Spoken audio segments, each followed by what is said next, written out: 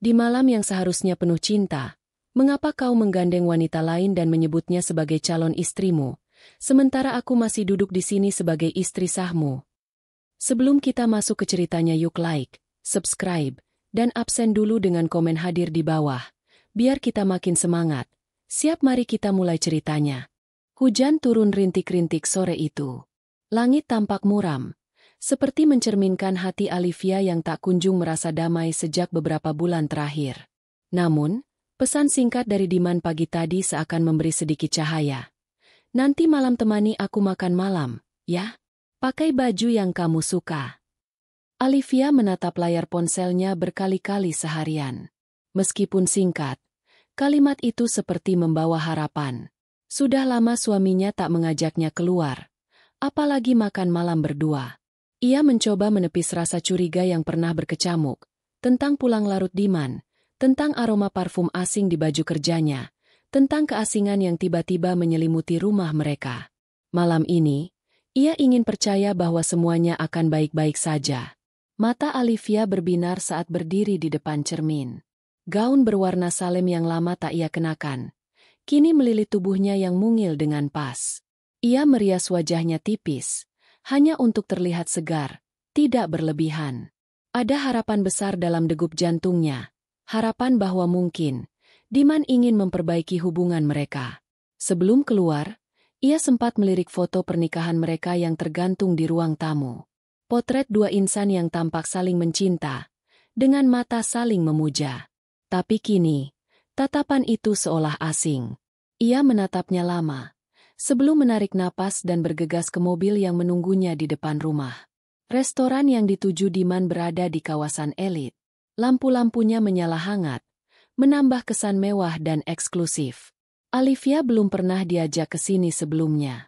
Ia terpukau oleh interior berkelas, suara lembut alunan musik klasik, dan aroma hidangan mahal yang menguar dari dapur terbuka di sisi kanan ruangan. Saat mereka duduk, Alivia mencoba mencairkan suasana. Kamu ingat, kan? Terakhir kita makan malam romantis waktu ulang tahun pernikahan kita. Ucapnya pelan, sambil tersenyum. Diman hanya mengangguk tanpa menoleh.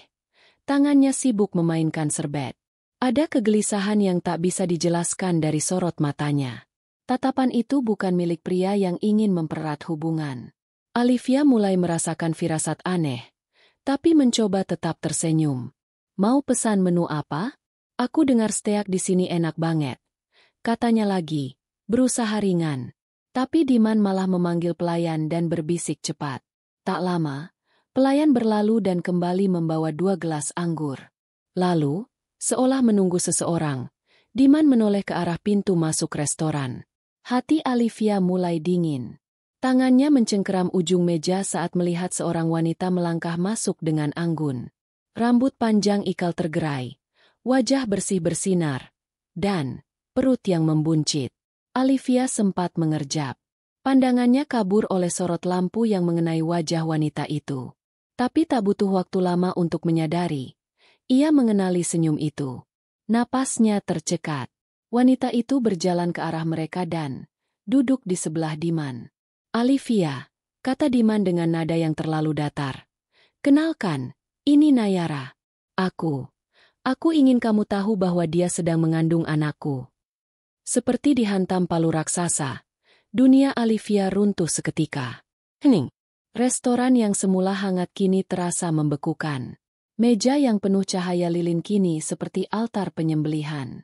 Alivia menatap Diman, lalu Nayara, lalu perut wanita itu, lalu kembali ke wajah suaminya yang sama sekali tak menunjukkan rasa bersalah. Aku tahu ini mendadak, lanjut Diman, suaranya nyaris tak terdengar. Tapi aku ingin minta izin untuk menikahi Nayara. Aku ingin melakukan ini dengan cara baik-baik. Alivia tidak menjawab. Suaranya tertahan di tenggorokan. Tapi air matanya sudah tumpah tanpa aba-aba. Bahkan rasa marah pun belum sempat muncul, karena hatinya masih terlalu beku oleh kenyataan yang baru saja menghantam. Nayara, yang sejak tadi hanya tersenyum tipis, menyentuh perutnya perlahan, seolah hendak menyampaikan bahwa dia pemenang dalam pertempuran yang Alivia bahkan tidak tahu telah dimulai. Kamu pasti kaget, kata Nayara akhirnya. Nadanya tenang, terlalu tenang. Tapi aku yakin kita bisa menyelesaikan ini dengan baik. Toh, kamu masih istri sahnya. Aku tidak ingin merebut apapun. Aku hanya ingin berbagi. Berbagi? Olivia menoleh dengan kepala berdenyut. Hatinya menggelegak, tapi belum bisa menumpahkan semuanya. Ia masih berusaha memahami apa yang sebenarnya terjadi. Tunggu, Nayara. Gumamnya akhirnya. Kamu, Nayara yang dulu kuliah bareng aku? Yang menghilang tanpa kabar? Yang aku cari bertahun-tahun. Nayara tersenyum lagi. Senyum yang sekarang lebih menusuk. Aku memang menghilang. Tapi bukan berarti aku melupakan siapa yang dulu pernah berdiri di atas kepalaku. Mata Olivia melebar. Ada sesuatu dalam ucapan itu. Bukan sekadar pengkhianatan cinta. Ini lebih dalam. Lebih jahat. Malam itu, makan malam mewah berubah menjadi ladang luka. Olivia berjalan keluar restoran tanpa menoleh. Diiringi suara Diman yang memanggil namanya. Tapi ia tak peduli. Sepatu hak tingginya menghantam lantai marmer seperti palu. Dan air matanya membasahi pipi tanpa jeda. Di luar, hujan masih turun. Tapi kini bukan rintik. Langit seolah ikut menangisi malam yang terlalu kejam bagi satu perempuan yang hanya ingin dicintai. Hujan belum reda. Angin malam menampar wajah Olivia saat ia berlari keluar dari restoran itu. Tempat di mana ia seharusnya menemukan kembali cinta, bukan kehilangan martabat. Langkah kakinya gemetar, bukan karena dingin, tapi karena amarah yang masih membeku di dalam dada. Ia menahan isak, meskipun air mata terus mengalir. Suara Diman memanggil namanya dari belakang, tapi ia tak menoleh. Suara itu tak lagi memiliki kuasa apapun. Sampai di dalam mobil, Olivia hanya duduk, diam, terpaku menatap hujan yang menari di kaca jendela. Ia menggenggam dadanya yang terasa nyeri. Bukan sekadar patah hati, ini lebih dari itu. Kenapa Nayara? Gumamnya lirih, sendirian di tengah sunyi. Kenapa harus dia? Nama itu membangkitkan begitu banyak kenangan. Nayara, sahabat masa mudanya yang dulu begitu dekat, seperti saudara. Mereka berbagi mimpi, makanan, rahasia, bahkan pakaian. Lalu tiba-tiba, Nayara menghilang. Tanpa pamit, tanpa jejak. Olivia mencari, bertanya kemana-mana, tapi tak pernah mendapat jawaban. Ia hanya bisa mengira-ngira bahwa Nayara memilih kehidupan baru dan tak ingin membawa jejak lama. Dan kini, wanita itu kembali, dalam kondisi hamil, di sisi suaminya. Sakit yang dirasakannya bukan hanya karena pengkhianatan Diman, tapi juga pengkhianatan dari seseorang yang pernah ia jaga dan percaya. Luka lama yang belum sembuh, kini dibuka paksa dengan cara paling kejam. Sesampainya di rumah, Olivia membuka pintu dengan tangan gemetar. Rumah itu tampak sunyi, seperti hatinya yang kosong. Sepatu hak tinggi ia lempar sembarangan. Tas ia jatuhkan di sofa. Tubuhnya ambruk. Ia menangis lagi. Kali ini tak lagi menahan. Tangisnya adalah jeritan yang tak bersuara. Ruang tamu yang biasanya penuh obrolan, kini menjadi saksi bisu hancurnya seorang perempuan. Telepon genggamnya bergetar. Nama Diman muncul berkali-kali, tapi ia biarkan. Tak lama kemudian, masuk pesan. Maaf kalau tadi terlalu mendadak. Aku cuma nggak mau kamu tahu dari orang lain. Aku tetap sayang sama kamu. Aku mohon kamu pikirkan baik-baik soal ini. Jangan buru-buru ambil keputusan. Olivia membaca pesan itu dengan pandangan nanar. Kata-kata Diman terasa seperti pisau dengan gagang beludru, lembut di luar, tapi tetap mengiris. Izinkan aku menikahinya? Izinkan? Sejak kapan suami yang setia meminta izin untuk menyakiti? Beberapa hari berlalu. Olivia tak membuka tirai rumah, tak menjawab telepon, tak mengangkat kepala. Dunia di luar berjalan seperti biasa, tapi dunianya berhenti total. Namun, pada hari kelima, sebuah kiriman datang. Paket kecil tanpa pengirim. Olivia membukanya dengan tangan ragu. Isinya, foto-foto lama. Ia terkejut. Itu foto-fotonya bersama Nayara, dari masa kuliah. Masa saat mereka tertawa tanpa beban. Lalu, di bawah tumpukan foto, Ada selembar kertas kusam dengan tulisan tangan. Dulu kamu pernah bilang, aku akan selalu ada buat kamu. Tapi ternyata, kamu hanya ada untuk dirimu sendiri. Kini, giliran aku menunjukkan siapa sebenarnya yang paling kehilangan. Tangan Olivia gemetar. Pikirannya berputar. Ia tahu tulisan itu. Ia hafal setiap lengkung hurufnya. Itu, surat dari Nayara. Tapi apa maksudnya? Apa yang sebenarnya terjadi di masa lalu? Olivia menoleh ke arah lemari buku. Ia mencari-cari sebuah kotak tua, yang dulu berisi kenangan masa kuliahnya. Di dalamnya, ada surat-surat yang pernah ditulis Nayara padanya. Salah satunya surat perpisahan yang dulu ia temukan di bawah bantalnya, bertahun-tahun silam, sebelum Nayara menghilang. Ia baca ulang. Maaf kalau aku pergi tanpa pamit. Aku terlalu hancur, terlalu marah, dan terlalu kecil untuk menyampaikan semua rasa kecewa. Suatu hari nanti, kamu akan mengerti atau mungkin tidak akan pernah. Olivia menutup surat itu perlahan. Kenangan menabrak ingatannya. Dulu, Nayara sempat jatuh cinta pada seseorang di kampus mereka. Tapi pria itu, Olivia lupa namanya, tak pernah membalas cinta Nayara. Dan ketika pria itu justru dekat dengan Olivia, Nayara mulai menjauh. Tapi saat itu, Olivia tak pernah merasa menjadi penyebabnya. Ia tak pernah tahu bahwa Nayara benar-benar sakit hati. Ia pikir, Nayara hanya lelah. Tapi, mungkinkah dendam Nayara berawal dari sana?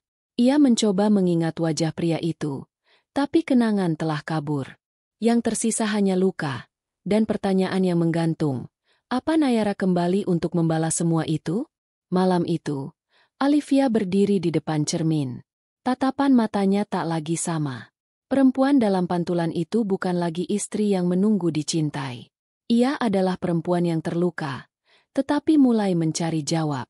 Kalau ini perang, aku akan hadapi, bisiknya. Tapi aku harus tahu dulu, kenapa Nayara benar-benar datang kembali. Keesokan harinya, Olivia keluar rumah. Ia menuju tempat kerja Nayara, yang ia temukan setelah menyelidiki sedikit di internet. Kantor itu adalah perusahaan swasta di pusat kota. Nayara bekerja sebagai konsultan pemasaran, dan dari kabar yang beredar, ia sangat disegani. Dengan langkah pelan, Olivia menaiki lift ke lantai tempat Nayara bekerja. Dadanya berdegup keras. Ia tak tahu harus bicara apa, tapi satu hal pasti, ia tak bisa lagi diam. Saat pintu lift terbuka, mata mereka bertemu.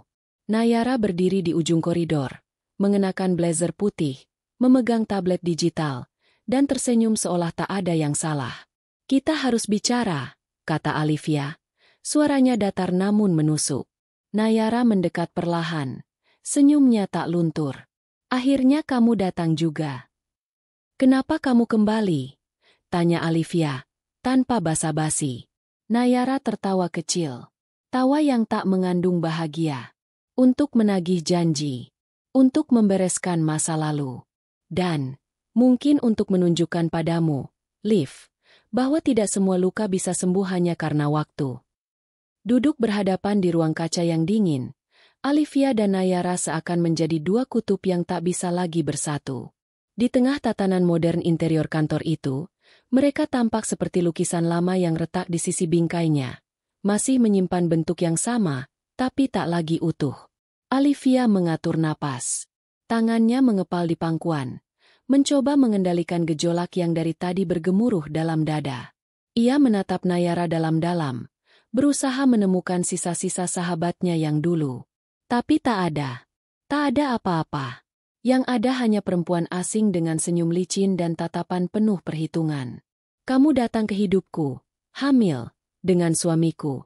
Olivia memulai perlahan. Dan kau pikir aku akan diam? Nayara mengangkat alis. Santai seperti sedang membicarakan cuaca. Aku nggak pernah bilang kamu harus diam. Justru aku ingin kamu lihat semuanya dengan mata kepala sendiri. Apa itu artinya kamu sengaja? Suara Olivia nyaris pecah. Sengaja datang untuk menghancurkan pernikahanku. Nayara menyilangkan kaki. Senyumnya tetap ada, seperti tameng. Olivia, Kamu selalu jadi pusat segalanya, ya? Padahal aku cuma jatuh cinta. Sama seperti kamu dulu. Dada Olivia langsung panas. Kalimat itu seperti kail yang menarik kembali luka masa lalu yang berusaha ia kubur. Kamu masih simpan dendam itu? Bisiknya lirih. Bukan dendam. Nayara menjawab dengan suara ringan. Hanya balas rasa sakit. Kamu lupa, Liv, dulu siapa yang mengkhianati siapa? Pikiran Olivia dipenuhi riuh kenangan. Saat itu, Nayara memang pernah menyukai seorang pria. Tapi Olivia tak pernah tahu bahwa hubungan singkatnya dengan pria itu membuat Nayara hancur. Ia pikir perasaan itu sudah lewat. Ia pikir sahabatnya mengerti. Namun ternyata, luka itu tumbuh diam-diam. Membesar tanpa suara. Dan kini, meledak di hadapannya. Dalam bentuk seorang bayi yang bahkan belum lahir. Tapi ada sesuatu yang tetap tak masuk akal. Kenapa harus suamiku? Tanya Olivia. Lebih tenang kali ini. Dari semua pria yang bisa kau pilih, kenapa harus Diman? Nayara menatapnya lama. Karena aku tahu itu akan membuatmu runtuh. Olivia pulang dari pertemuan itu dengan tubuh yang seakan kehilangan bobot. Tapi untuk pertama kalinya setelah sekian hari, ia tidak menangis. Ia justru merasa aneh. Tenang, seperti api yang diam tapi membakar lebih dalam. Ia masuk ke kamarnya dan duduk di meja kerja, membuka laptop, lalu mulai mengetik. Tangannya gemetar saat membuka berkas-berkas pribadi milik Diman yang pernah ia simpan salinannya tanpa sepengetahuan suaminya. Bukan karena tidak percaya, tapi karena firasatnya sudah mengganjal sejak lama. Dan malam itu, firasat itu mulai terbukti. Dalam folder digital milik Diman, Olivia menemukan beberapa bukti transfer dalam jumlah mencurigakan, dikirim ke rekening atas nama wanita bernama NF Pratama. Ia tahu itu inisial Nayara. Jumlahnya tidak main-main. Puluhan juta. Rutin dikirim setiap minggu. Bukan bantuan. Bukan hibah. Lalu, Olivia membuka dokumen lain. Sebuah catatan medis digital yang entah bagaimana masuk ke dalam sistem penyimpanan Diman. Ia membaca pelan-pelan. Dan terhenti. Tanggal yang tercantum di dalam catatan kehamilan Nayara tidak sesuai dengan pengakuan Diman. Bahkan terlalu jauh dari waktu pertama kali Diman mengaku, salah langkah. Ini tidak cocok, bisik Olivia. Bayi itu bukan anak Diman. Ia mendekatkan wajah ke layar. Mencocokkan tanggal, mencocokkan perhitungan kehamilan dengan waktu Diman mulai berubah sikap. Ada jarak yang tidak bisa dijelaskan. Dan dari catatan rumah sakit itu, tertera satu nama dokter kandungan yang bisa menjadi kunci dari segalanya. Keesokan harinya, Olivia berkunjung ke klinik yang disebut dalam catatan. Ia tahu ini melanggar privasi, tapi hatinya tidak bisa tenang sebelum tahu kebenaran. Ia menyamar sebagai calon pasien, mencari tahu siapa dokter yang menangani Nayara. Setelah sedikit membujuk resepsionis dan memberi sedikit tip, ia berhasil mendapatkan informasi. Dokter Mila yang pegang kasus itu. Bu, ucap sang resepsionis, sopan. Tapi sekarang sedang cuti beberapa hari. Olivia pulang dengan kepala penuh tanda tanya. Ia menunggu. Dan selama masa penantian itu, Diman terus mencoba menghubunginya. Ia tidak menjawab. Ia butuh waktu. Ia butuh ruang untuk menyusun ulang hidup yang porak-poranda. Beberapa hari kemudian, saat Dokter Mila kembali praktik, Olivia langsung menemui beliau. Kali ini, ia tidak ingin berbohong. Ia menceritakan segalanya, dari awal sampai akhir. Tentang pengkhianatan, tentang persahabatan, tentang kecurigaannya. Dokter Mila menghela napas panjang. Maaf. Saya tidak bisa memberikan detail medis pasien tanpa izin. Olivia menunduk, tapi tak menyerah. Ia menyodorkan catatan digital yang ia temukan. Saya hanya ingin tahu satu hal. Dok, waktu kehamilan ini, apakah memang sesuai dengan waktu hubungan Nayara dan suami saya? Dokter itu menatapnya lama. Ada keraguan, tapi juga ada empati. Apa ibu ingin tahu sebagai istri? Atau sebagai perempuan yang merasa dikhianati? Tanya dokter itu perlahan. Olivia menatap balik. Sebagai seseorang yang sedang dipermainkan. Dokter itu mengangguk pelan. Lalu berkata, kalau dari perhitungan medis, bayi itu sudah dikandung bahkan sebelum hubungan dengan suami ibu berlangsung. Maafkan saya, tapi kemungkinan besar, ayah biologisnya bukanlah suami ibu. Olivia menutup mata. Hatinya berdebar hebat, antara lega dan amarah. Ini bukan sekadar perselingkuhan. Ini adalah permainan yang dirancang dengan penuh tipu daya. Dan orang yang menjalankannya adalah Nayara. Sahabat yang dulu ia bela. Yang dulu ia peluk saat dunia terlalu berat. Yang dulu ia anggap bagian dari keluarganya sendiri. Malam itu, Olivia duduk di balkon rumah, memandangi langit malam yang tak berbintang. Di tangannya, secari kertas dari catatan medis yang ia salin diam-diam. Jadi ini bukan cuma tentang cinta, tapi tentang balas dendam. Gumamnya. Ia tahu, malam-malam selanjutnya tidak akan lebih mudah. Tapi kini, ia punya tujuan. Ia punya pegangan. Dan ia tahu, perempuan bernama Nayara itu bukan hanya ingin mengambil suaminya. Dia ingin merenggut semuanya. Tapi Olivia bersumpah dalam hati, ia tidak akan menyerahkan hidupnya semudah itu. Angin malam menyelinap lewat celah jendela kamar, membawa dingin yang menusuk ke dalam dada. Tapi bagi Olivia, udara dingin bukan lagi masalah. Ada kehampaan yang lebih membekukan dari apapun, kehampaan yang kini menguasai setiap sudut rumah, dan terlebih lagi, hatinya. Ia duduk di tepi ranjang yang sudah berminggu-minggu hanya ditempati sendiri. Sejak malam itu, Diman belum pulang. Bahkan kemeja-kemeja kerjanya yang biasa tergantung rapi di sisi lemari telah lenyap. Ia pergi, membawa tubuh dan hatinya entah kemana. Tapi yang lebih menyakitkan, ia tak pergi sendiri. Ia memilih tinggal di sisi wanita yang dulu Olivia anggap saudara. Olivia menunduk, meremas kain selimut yang melingkari pahanya. Wajahnya kering, seolah air matanya sudah habis. Tapi tangis yang tak keluar bukan berarti luka telah mengering.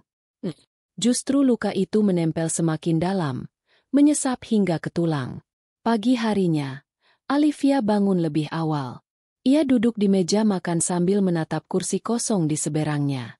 Piring, gelas, dan sendok yang biasanya digunakan Diman masih terletak rapi. Ia belum sempat membersihkannya.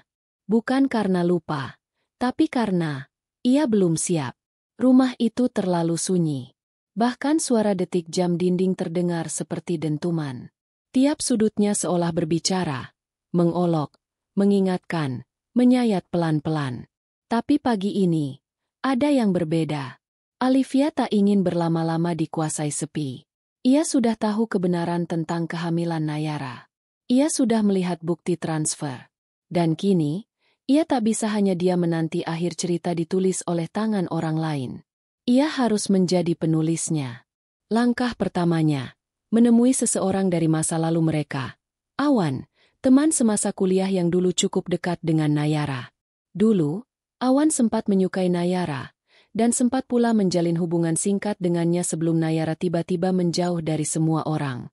Dengan sedikit usaha, Olivia berhasil mendapatkan nomor Awan. Mereka janjian bertemu di sebuah kedai kopi di ujung kota. Saat Awan datang, senyum simpul terbit di wajahnya, meski matanya memancarkan keterkejutan.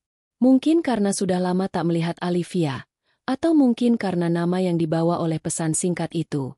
Nayara, aku nggak nyangka kamu akan mencariku, kata Awan setelah menyeruput kopinya. Apalagi karena Nayara. Olivia mengangguk pelan. Aku butuh bantuanmu. Wan, aku yakin ada yang kamu tahu, tentang kepergiannya dulu, tentang kehamilannya sekarang. Awan terdiam sesaat.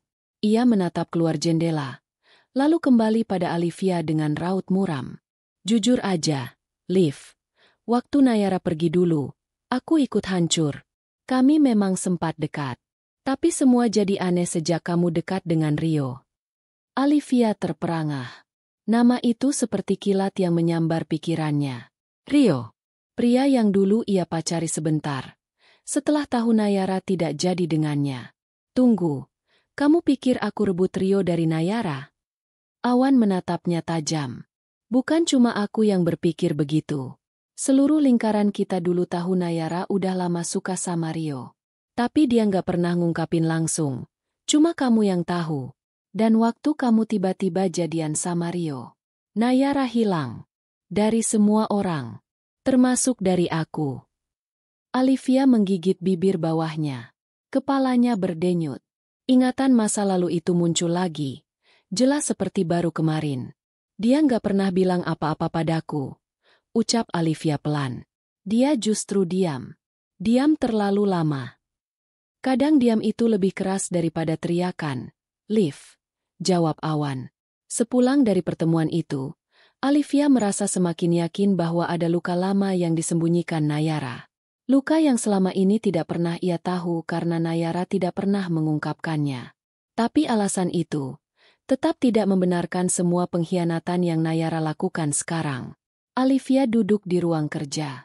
Ia membuka lagi semua bukti. Foto, salinan rekening, catatan medis, dan surat-surat dari masa lalu. Ia menyusun semuanya dalam satu map.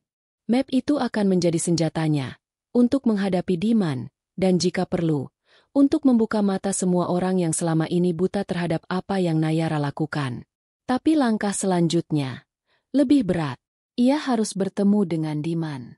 Bukan sebagai istri yang menuntut, tapi sebagai perempuan yang ingin tahu mengapa cinta yang dulu ia peluk begitu erat, kini tega menusuk punggungnya dalam-dalam. Beberapa hari kemudian, mereka bertemu. Di taman kecil dekat rumah mereka dulu sering berjalan sore bersama. Diman datang dengan wajah lelah.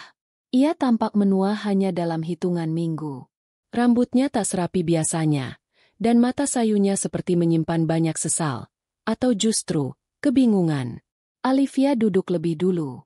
Ia tak menyapa, tak tersenyum, hanya menatap lurus ke depan.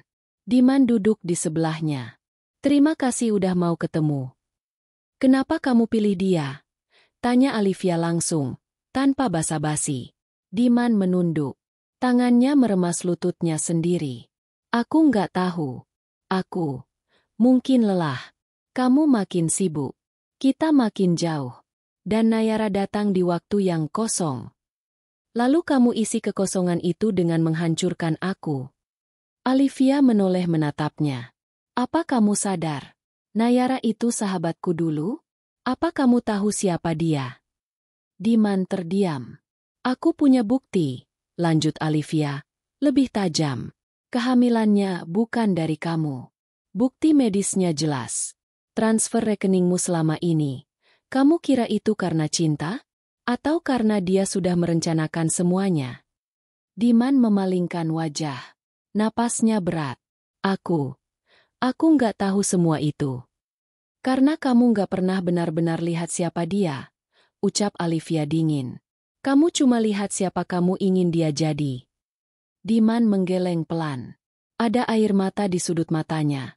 Tapi Olivia tak tergerak. Ia sudah terlalu kering untuk menangis bersama. Aku masih sayang kamu, Liv. Katanya pelan. Sayang. Olivia tersenyum miris. Kamu menikam punggungku dengan tangan yang sama yang pernah menggenggam janji di altar. Sayang macam apa itu? Mereka duduk dalam diam. Tak ada kata yang mampu mengembalikan yang sudah hilang. Tapi dari pembicaraan itu, Olivia tahu satu hal. Diman telah menjadi korban. Sama sepertinya. Tapi bedanya, Olivia memilih bangkit. Sementara Diman memilih lari. Dan kini, waktunya Olivia berdiri. Ia tak akan terus terkurung di kamar sepi, memandangi kursi kosong, menunggu cinta palsu pulang. Tidak lagi. Malam itu, Olivia berdiri di depan cermin kamar. Ia menatap wajahnya sendiri. Mata itu sudah tak redup. Wajah itu sudah tak sendu. Di balik luka yang belum sembuh, kini ada api kecil yang tumbuh, dan akan menyala lebih terang di hari-hari berikutnya. Karena perang ini belum selesai. Dan Nayara belum tahu bahwa perempuan yang ia kira telah runtuh, baru saja berdiri kembali. Langit sore berwarna jingga kemerahan, seperti luka yang belum mengering. Dari jendela apartemen kecil yang baru ia sewa, Olivia menatap keluar dengan pandangan kosong, tapi dalam kepalanya, semua bergerak cepat. Ia tengah menyusun skenario, Bukan sekadar untuk membalas dendam, tapi untuk membongkar semua kedok yang telah membuatnya hancur. Di meja kerjanya tergeletak sebuah flash disk kecil. Di dalamnya, tersimpan rekaman CCTV dari klinik tempat Nayara pernah berkunjung. Salah satu staf yang dulu pernah menolong Alivia saat mengalami keguguran tanpa sengaja menyebut bahwa Nayara pernah datang ke sana dengan pria lain, dan pria itu bukan Diman. Dengan sedikit usaha, dan nama baik yang masih ia miliki sebagai istri dari Diman Wijaya, Alivia mendapat akses ke rekaman itu. Saat memutar ulang videonya, tangan Alivia gemetar. Sosok dalam rekaman itu jelas. Nayara menggandeng pria tinggi berjaket denim, yang kemudian diketahui sebagai Rio, mantan kekasih Alivia sendiri. Pernapasan Alivia tersendat. Ini bukan sekadar pengkhianatan. Ini adalah konspirasi masa lalu yang bangkit kembali. Nayara dan Rio, dua nama dari babak yang seharusnya sudah usai, kini menyatu menjadi sebab kehancurannya. Dan Diman? Hanyalah pion. Cinta butanya membuatnya terlalu mudah diperdaya. Malam itu, Alivia menghubungi Rani, sahabatnya yang bekerja sebagai event organizer. Ia ingin membuat sebuah acara kecil, acara ulang tahun perusahaan keluarga Diman. Alivia tahu betul, Nayara sedang dalam proses masuk ke dalam lingkar bisnis itu.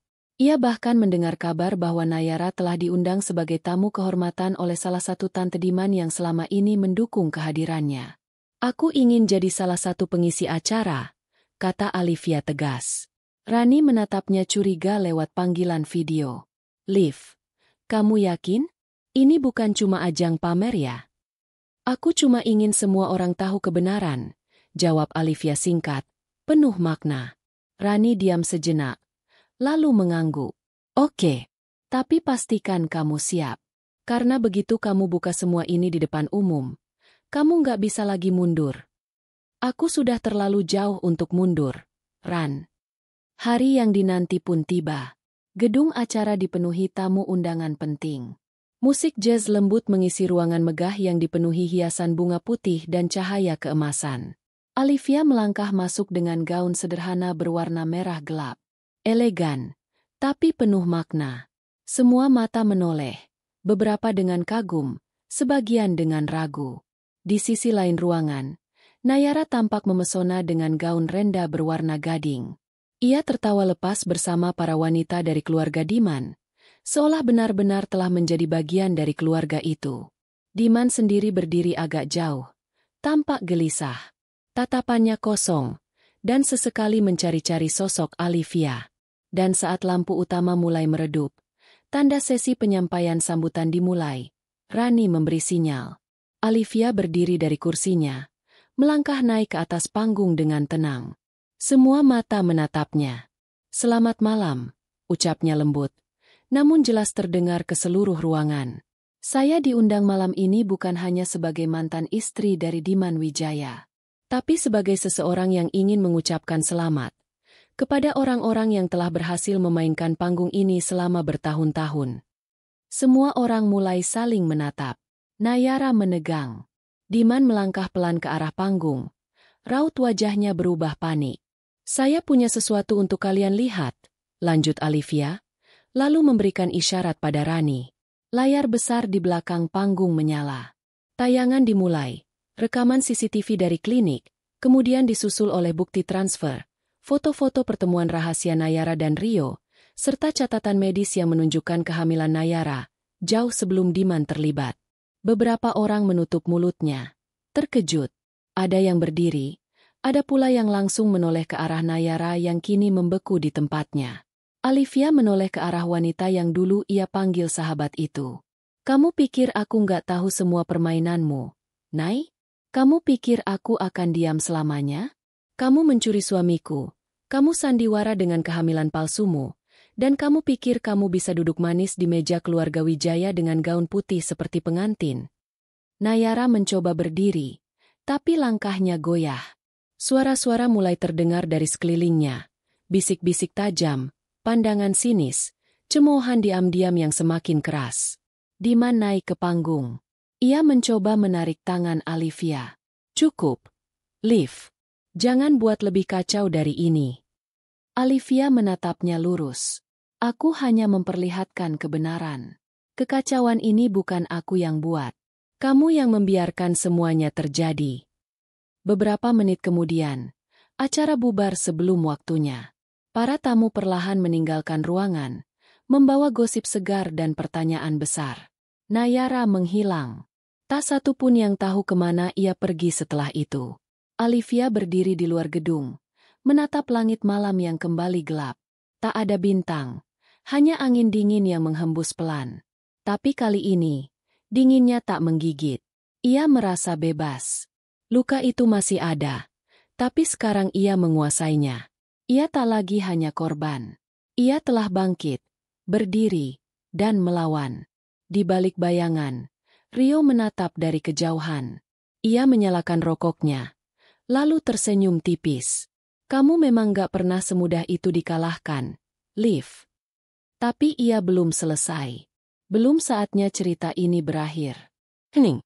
Begitu malam menggulung sisa-sisa kebisingan pesta yang pecah oleh kebenaran, Olivia kembali ke apartemennya. Lampu-lampu kota menyala redup di luar jendela, seolah ikut menyaksikan semua luka yang baru saja dibuka. Tapi bukan kesedihan yang mengisi dadanya malam itu, melainkan satu pertanyaan yang terus mengganggu. Kenapa Nayara melakukan semua ini? Sahabat yang dulu hilang, kembali dengan perut membuncit dan tawa penuh kemenangan, mengobrak-abrik rumah tangganya. Tapi rasa sakit itu kini bersatu dengan rasa penasaran yang tak bisa ia bantah. Karena jika dilihat lebih dalam, ada yang janggal dalam sikap Nayara malam tadi. Bukan kemarahan, bukan permusuhan, tapi kepanikan. Seperti seseorang yang kehilangan kendali atas permainan yang ia ciptakan sendiri. Dan jika permainan itu lebih besar dari yang Olivia kira, maka ia belum sepenuhnya menang. Pagi itu, Olivia mendatangi satu nama yang sempat ia lupakan. Tante Ayun, bibi Nayara dari pihak ibunya. Perempuan tua itu tinggal di rumah kayu kecil di pinggir kota. Jauh dari gemerlap kehidupan glamor yang kini menghiasi wajah mantan sahabatnya. Olivia? Tanya Tante Ayun begitu membuka pintu. Terkejut namun hangat. Sudah lama sekali. Kamu masih ingat jalan ke sini rupanya. Aku nggak datang untuk bernostalgia, Tante. Jawab Olivia sambil menahan napas. Aku ingin tahu tentang Nayara. Wajah wanita tua itu berubah sendu. Kamu pasti sudah tahu sebagian, ya? Tapi kebenaran itu jauh lebih kotor dari yang terlihat, Nak. Olivia duduk diam di sofa reot itu, dan dari bibir Tante Ayun, kebenaran mulai mengalir pelan, tentang masa lalu, tentang luka yang tak pernah dibicarakan, dan tentang dendam yang membusuk dalam diam. Dulu, Nayara dan Olivia adalah dua gadis remaja yang nyaris tak terpisahkan.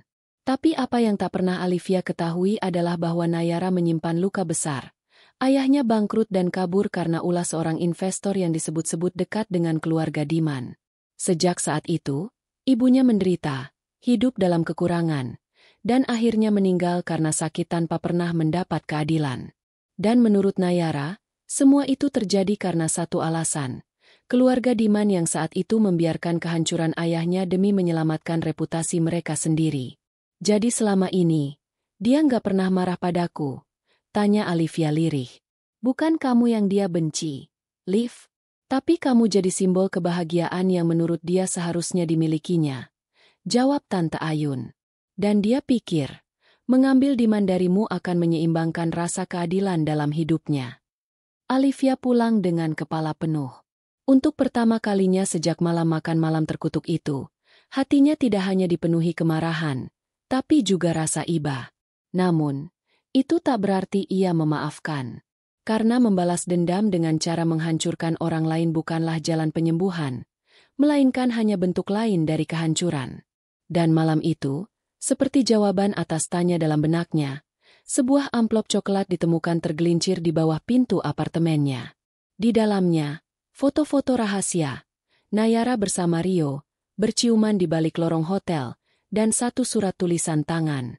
Livia, ini belum selesai. Kamu boleh buka aibku, tapi jangan kira kamu tahu seluruh permainannya. Kamu baru membongkar lapisan pertama. Tapi jika kamu terus maju, kamu akan kehilangan lebih banyak dari yang pernah kamu bayangkan. Salam hangat. Tangannya gemetar. Nafasnya tercekat. Rasa takut menjalari tubuhnya seperti racun. Tapi bukan Olivia namanya jika mundur setelah berdarah sejauh ini. Ia menyalakan lampu ruangan, menarik nafas panjang, lalu membuka laci dan mengeluarkan satu map biru yang sudah lama tersimpan. Di dalamnya, ada semua berkas pernikahannya dengan Diman. Bukti harta bersama, kepemilikan saham, hingga surat wasiat dari ayah Diman yang belum pernah ia tunjukkan pada siapapun. Karena jika Nayara menyangka ia akan membiarkan semuanya hancur begitu saja, maka Nayara salah besar. Sementara itu, di sebuah rumah mewah pinggiran kota, Nayara melempar ponselnya ke sofa dengan napas terengah. Dia nggak takut, gumamnya. Dia malah semakin dekat dengan kebenaran. Rio berjalan masuk, menyodorkan gelas anggur. Kamu yang salah perhitungan. Dia bukan perempuan lemah yang dulu kamu kenal. Aku nggak butuh komentar, dengus Nayara tajam. Rio menatapnya tajam. Tapi kamu butuh aku, Nay. Karena kita berdua sudah masuk terlalu dalam untuk mundur sekarang. Nayara menghela napas berat. Kepalanya mulai terasa berputar. Bayi dalam kandungannya. Ya, dia benar-benar hamil, tiba-tiba bergerak. Bayi yang bukan anak Diman. Tapi Rio. Dan rencana yang awalnya sederhana, menghancurkan keluarga Diman, kini berubah jadi benang kusut yang bisa menjerat mereka sendiri. Sementara Olivia berdiri di depan cermin, menatap bayangannya dengan mata yang tak lagi gemetar. Kamu boleh lukai aku, Nay. Bisiknya pada pantulan cermin itu. Tapi kamu akan menyesal karena berpikir aku tidak akan melawan. Hujan turun deras malam itu, seolah langit pun ikut mengantar puncak dari semua kebohongan yang selama ini tersembunyi. Kota bergetar dalam dentuman guntur, sementara di dalam sebuah gedung pertemuan mewah milik keluarga Diman, tamu-tamu undangan berkumpul. Tak ada yang tahu bahwa pesta syukuran atas ekspansi bisnis keluarga itu akan berubah menjadi ladang ledakan rahasia dan luka. Olivia datang dengan gaun hitam sederhana. Wajahnya tenang, tapi matanya menyimpan badai. Di tangannya, ia menggenggam satu amplop putih yang akan mengubah arah semua kehidupan di ruangan itu. Sementara di ujung lain aula, Nayara berdiri dengan gaun merah menyala, tangan bertumpu pada perutnya yang semakin membesar. Rio duduk di dekatnya, seperti bayangan gelap yang siap menyambar kapanpun lampu mulai redup. Dan di tengah semua itu, Diman tersenyum pada para investor, belum menyadari bahwa seluruh pondasi hidupnya sedang menunggu waktu untuk runtuh. Pukul 7:15 malam. Lampu sorot diarahkan ke panggung utama. Diman naik, memberikan pidato singkat yang dipenuhi pujian palsu dan ucapan syukur yang hambar. Ia bahkan sempat menyinggung rencana pernikahan berikutnya yang, katanya, sudah mendapatkan restu dari istri pertamanya. Semua mata tertuju pada Olivia yang duduk di barisan depan. Ia berdiri perlahan, menepuk tangan dengan tempo lambat, dan tersenyum. Tapi senyuman itu menusuk, bukan memuji. Aku hanya ingin menyampaikan sesuatu, ucapnya lantang, membuat seluruh ruangan terdiam. Diman menelan ludah, belum bisa menebak kemana arah ucapannya. Nayara tampak panik. Rio mendekat ke kursinya, siap menahan jika sesuatu melenceng dari rencana. Olivia naik ke atas panggung. Dengan tenang, ia membuka amplop putih dan mengeluarkan satu set foto. Ia mengangkatnya tinggi, memutar badan agar semua tamu bisa melihat. Foto Nayara dan Rio berciuman, serta satu hasil tes DNA bayi yang dikandung Nayara yang baru ia dapatkan pagi tadi melalui jalur medis rahasia keluarga Diman. Ini bayi yang katanya anak suamiku, ucapnya, lantang. Tapi berdasarkan tes ini, jelas bukan. Bahkan secara biologis, suamiku tak punya hubungan apapun dengan anak ini. Tamu-tamu mulai bergumam. Wajah Diman memucat. Nayara berdiri, gemetar. Kamu nyoba permalukan aku. Nayara berteriak dari bawah panggung. Permalukan. Olivia menatapnya. Ini bukan tentang kamu, Nay. Ini tentang kebenaran. Tentang luka yang selama ini kalian sembunyikan di balik topeng kemunafikan. Nayara naik atas panggung, mencoba merebut foto dari tangan Olivia, tapi Rio berdiri lebih cepat. Ia menarik tangan Nayara, memaksa perempuan itu untuk diam. Cukup, Nai. Ucap Rio dengan nada tegas. Semuanya sudah hancur. Jangan bikin makin parah. Tapi Nayara tak bisa lagi menahan emosinya. Tangisannya pecah, bukan karena malu, melainkan karena amarah dan keputusasaan. Aku kehilangan segalanya karena kalian. Teriak Nayara pada semua yang hadir. Keluarga Diman yang menyebabkan ayahku bangkrut dan mati. Ibu yang menderita sampai akhir hayatnya. Kalian pikir semua itu bisa hilang begitu saja? Alivia diam. Ia menatap mantan sahabatnya itu bukan dengan kemarahan, tapi dengan luka yang dalam. Kalau kamu butuh keadilan, kenapa kamu justru menghancurkan hidup orang lain yang gak pernah menyakitimu? Nayara tak menjawab. Tubuhnya limbung. Lalu jatuh ke pelukan Rio yang tak tahu harus marah atau iba. Acara bubar dalam kekacauan. Para investor meninggalkan ruangan. Media mulai mencium aroma skandal. Keluarga besar Diman mulai menjauh satu persatu. Semua yang dulu tampak megah, kini menjadi reruntuhan. Diman terduduk di tangga panggung, memandangi istrinya. Perempuan yang selama ini ia abaikan, lukai, dan hianati, yang kini berdiri tenang di hadapannya.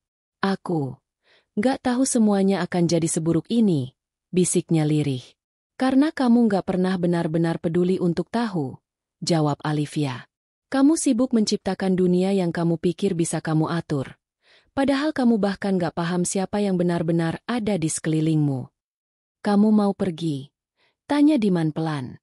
Alivia tersenyum kecil.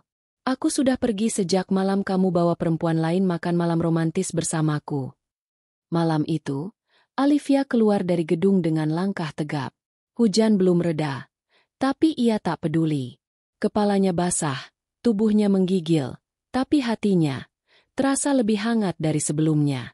Karena untuk pertama kalinya, ia tidak lagi menjadi korban dalam kisah hidupnya sendiri. Di dalam mobil, ia menatap cermin spion. Bayangannya memantul jelas. Seorang perempuan yang tak lagi lemah, tak lagi takut, dan tak lagi berharap pada cinta yang hanya menyisakan luka. Sementara itu, Nayara dibawa Rio ke klinik untuk pemeriksaan akibat kelelahan emosional. Di sudut ruangan putih itu, Nayara terisak. Aku cuma pengen mereka ngerasain sakit yang dulu aku rasain. Rio, tapi kenapa sekarang aku malah kehilangan kamu juga? Rio tak menjawab. Ia hanya menggenggam tangan Nayara dengan diam. Karena pada akhirnya, dendam memang tak pernah menyembuhkan. Ia hanya mengubahmu jadi luka yang kau coba balas. Pagi datang dengan langkah yang lambat. Seolah semesta sedang menunggu Alivia menentukan arah hidup barunya. Tak ada suara gaduh. Tak ada pesan masuk, tak ada panggilan dari Diman. Dunia yang dulu dipenuhi dinamika rumah tangga, kini menjadi sunyi yang asing. Tapi justru itulah ruang yang selama ini Alivia butuhkan, ruang untuk bernapas. Ia duduk di teras rumah lamanya, rumah peninggalan ibunya yang selama ini jarang ia kunjungi. Udara pagi menusuk kulitnya yang belum sempat tersentuh bedak atau rias wajah. Tapi tak apa. Hari ini bukan tentang penampilan, tapi tentang hati yang sedang belajar merangkul luka. Beberapa hari telah berlalu sejak malam itu. Skandal antara Nayara, Diman, dan Rio menjadi perbincangan hangat di media. Wartawan mulai memburu keluarga besar Diman, menulis berita dengan judul-judul yang menyudutkan dan membuat saham perusahaannya merosot drastis. Sementara itu, Alivia menghilang dari kehidupan publik. Ia memutuskan untuk menepi, menjauh dari hingar-bingar keruntuhan rumah tangganya, dan mulai menyusun ulang hidupnya dari serpihan-serpihan masa lalu. Di kota kecil tempat rumah ibunya berada, Alivia mulai kembali mengenali dirinya. Ia membersihkan rumah, menata ulang taman belakang yang dulu sering ia abaikan. Bahkan, ia membuka lemari lama yang menyimpan lukisan-lukisan lamanya, hasil goresan tangan sendiri sebelum ia menjadi istri yang sibuk mengurus Diman dan keluarganya. Siang itu, seorang perempuan tua dari sebelah rumah menghampiri. Namanya Burina. Ia membawa sepiring pisang goreng dan segelas teh panas. Waktu kamu kecil, kamu suka duduk di sini sambil gambar bunga. Kamu tahu nggak? Kamu tuh selalu kelihatan paling hidup waktu lagi megang kuas. Alivia tersenyum kecil. Dulu, Aku kira aku akan bahagia kalau aku bisa jadi istri yang sempurna. Dan sekarang, Bu Rina menatapnya penuh arti. Sekarang, aku cuma pengin jadi manusia biasa yang utuh. Luka, tawa, nangis, semuanya aku peluk. Bu Rina mengangguk, lalu menepuk bahu Alivia pelan. Di waktu yang bersamaan, Nayara dirawat di sebuah klinik psikologis. Setelah malam terbongkarnya rahasia besar itu, ia mengalami gangguan kecemasan dan tekanan berat. Rio masih ada di sampingnya, tapi hubungannya dengan pria itu tak lagi sama. Nayara kehilangan banyak hal, martabat, kepercayaan, dan satu-satunya harapan hidupnya. Aku nggak nyangka semuanya bakal sebesar ini, bisik Nayara di sela-sela terapi. Karena kamu terlalu lama menyimpan kebencian sendirian, ucap sang psikolog dengan suara pelan. Dan luka yang disimpan sendiri, lama-lama berubah jadi racun. Nayara menangis lagi, tapi kali ini, bukan karena marah, melainkan karena ia mulai menyadari bahwa balas dendamnya telah memakan dirinya lebih dulu. Beberapa hari kemudian, Alivia duduk di depan laptop, membuka email lamanya yang dulu digunakan untuk korespondensi kerja. Ia membuka satu persatu pesan yang selama ini tak sempat ia baca. Dan di antara tumpukan email itu, ada satu yang menarik perhatiannya. Sebuah undangan menjadi pembicara dalam acara seni perempuan. Undangan yang dikirimkan beberapa bulan lalu oleh seorang kurator galeri seni, saat ia sempat mengunggah lukisannya secara diam-diam di media sosial. Undangan itu sempat ia abaikan karena saat itu dunianya hanya berputar pada rumah dan Diman. Tapi kini, undangan itu terasa seperti pintu kecil yang menunggu untuk dibuka.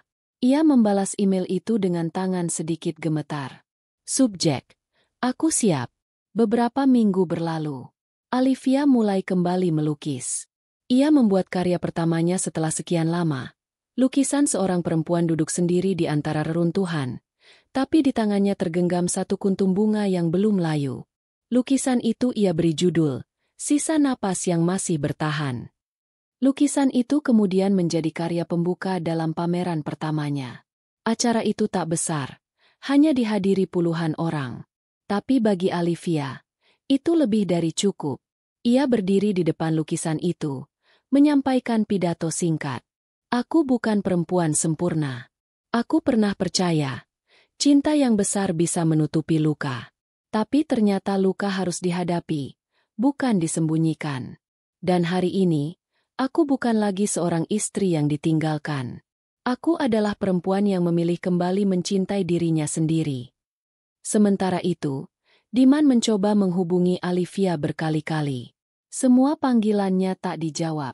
Ia mengirim pesan panjang, meminta maaf, menawarkan pertemuan, bahkan menyebut akan meninggalkan Nayara jika itu membuat Alivia kembali. Tapi Alivia hanya membaca pesan-pesan itu tanpa membalas. Ia tahu, cinta sejati bukan tentang siapa yang datang terlambat membawa maaf, tapi tentang siapa yang tetap tinggal saat dunia terasa paling sepi. Dan Diman tak pernah bisa jadi orang itu.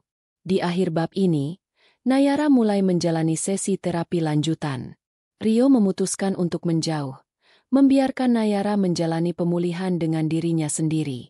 Ia bukan lagi pria bayangan, tapi pria yang belajar untuk tidak menjadi bagian dari luka siapapun. Alivia, di sisi lain, berdiri di galeri seninya, tersenyum menatap lukisan keduanya. Gambar seorang perempuan berjalan di tengah jalan yang gelap, tapi cahaya bulan menyinari langkahnya. Langkah-langkah Alivia di galeri seni terasa mantap, seperti seorang wanita yang telah menemukan tempatnya di dunia. Aroma cat minyak masih menguar dari ruang belakang, dan suara orang-orang yang mengagumi karyanya membuat udara sore itu begitu hidup. Pameran keduanya sukses besar. Ia tak lagi menjadi istri yang dikhianati, melainkan seniman baru yang menjanjikan.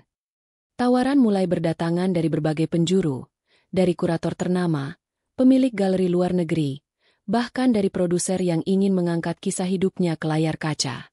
Kehidupan Alivia yang dulu tertunduk dalam bayang-bayang suami, kini menjelma menjadi inspirasi publik. Namanya disebut-sebut dalam artikel seni, wajahnya muncul di kolom perempuan berpengaruh, dan setiap lukisannya menjadi rebutan. Namun, Di balik sorotan lampu dan pujian yang terus berdatangan, Alivia merasakan kegamangan yang berbeda. Semakin tinggi ia melangkah, semakin banyak suara asing di sekitarnya. Ada yang mengaku ingin membantunya, tapi justru memanfaatkan namanya. Ada pula yang mendekat hanya untuk mencicipi secuil cahayanya, lalu menghilang setelah puas. Malam itu, ia duduk sendiri di ruang tamunya yang kini dipenuhi paket-paket hadiah dari orang tak dikenal. Ada lukisan mahal dari pelukis Eropa, ada permintaan wawancara dari media luar negeri, dan ada sepucuk surat tangan dari Diman yang entah bagaimana bisa lolos dari asistennya. Dengan tangan bergetar, ia membaca surat itu. Alivia, mungkin sekarang kamu tak punya alasan untuk membaca ini. Tapi biarkan aku bicara sebagai seseorang yang pernah kamu percaya. Aku melihatmu di televisi tadi malam. Kamu tampak kuat, cantik, dan luar biasa. Tapi aku juga melihat sorot matamu, dan entah kenapa, aku tahu, kamu masih menyimpan luka yang belum sepenuhnya pulih. Aku tidak meminta apa-apa lagi darimu. Aku hanya ingin kamu tahu, aku menyesal bukan karena kehilanganmu. Aku menyesal karena tidak pernah benar-benar mengenal perempuan sehebat kamu ketika aku masih punya kesempatan. Alivia tak menangis. Ia hanya terdiam lama, menatap kertas itu sebelum melipatnya rapi, memasukkannya ke dalam laci meja. Surat itu bukan undangan kembali, bukan juga tali harapan. Itu hanyalah pengakuan dari masa lalu yang akhirnya belajar untuk diam. Beberapa hari kemudian, Alivia menghadiri sebuah acara amal seni untuk perempuan penyintas kekerasan emosional. Ia menjadi pembicara utama. Di hadapan ratusan wanita dengan kisah hidup yang berbeda, ia berdiri bukan sebagai tokoh utama yang sempurna, tapi sebagai saksi bahwa patah bisa tumbuh jika dirawat dengan jujur. Saya pernah kehilangan diri saya sendiri demi cinta yang salah. Tapi saya juga belajar bahwa kehilangan itu bukan akhir dari segalanya. Kita bisa memilih untuk bertumbuh, bukan karena kita kuat, tapi karena kita cukup berani untuk lemah, lalu bangkit. Tepuk tangan menggema. Namun Alivia tidak larut dalam euforia. Ia tahu, sorotan ini bisa hilang kapan saja. Hari ini ia dielu-elukan, besok bisa saja dilupakan. Tapi satu hal yang pasti, ia tidak akan pernah melupakan siapa dirinya sebelum semua ini dimulai.